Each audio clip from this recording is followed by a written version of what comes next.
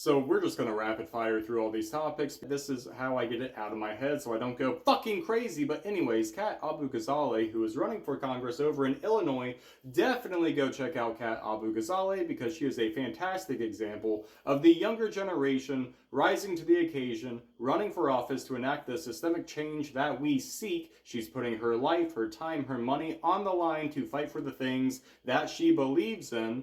And she was just indicted by the DOJ for essentially exercising her First Amendment rights. So that's rather concerning. Of course, they're trying to probably make an example out of her. This is what happens when you rise up, when you organize, you will be faced with consequences. Also, I just talked about this on the new album review I did for the New Testament album, which will be out next week. But again, there's a lot of songs on that album that talk about just that, right? Making examples out of people, just doing all the power plays to enact the cruelty so that people just capitulate. You do not want to face those consequences. They do not want to face that harm. So that's rather interesting. But another thing, of course, is the food stamp situation. So as many people know, November 1st, food stamps will be taken away from, I think it's like 44 million people. I think it's like 1 in 8 or maybe 1 in 10. And so that's not great. So definitely, if you can, provide for your food banks. It's my understanding that food banks actually prefer cash because they can make that cash stretch a lot further,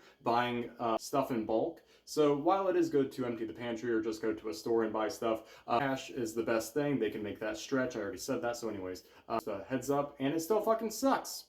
It's like, God damn it, Congress. What the fuck? Graham Platner, fuck, I lost how to say his last name, but the guy running in Maine, is it the tattoo? Is it him working for Blackwater? You know, what's the worst thing? Are we going to purity test him?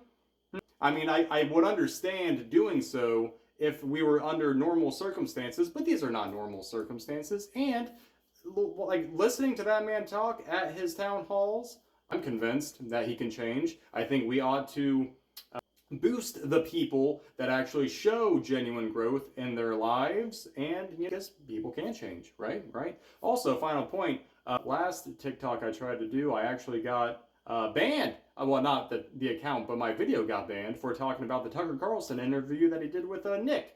However, that is still on YouTube, so go check out YouTube, I guess, and we'll see you then. Cool, thanks, bye.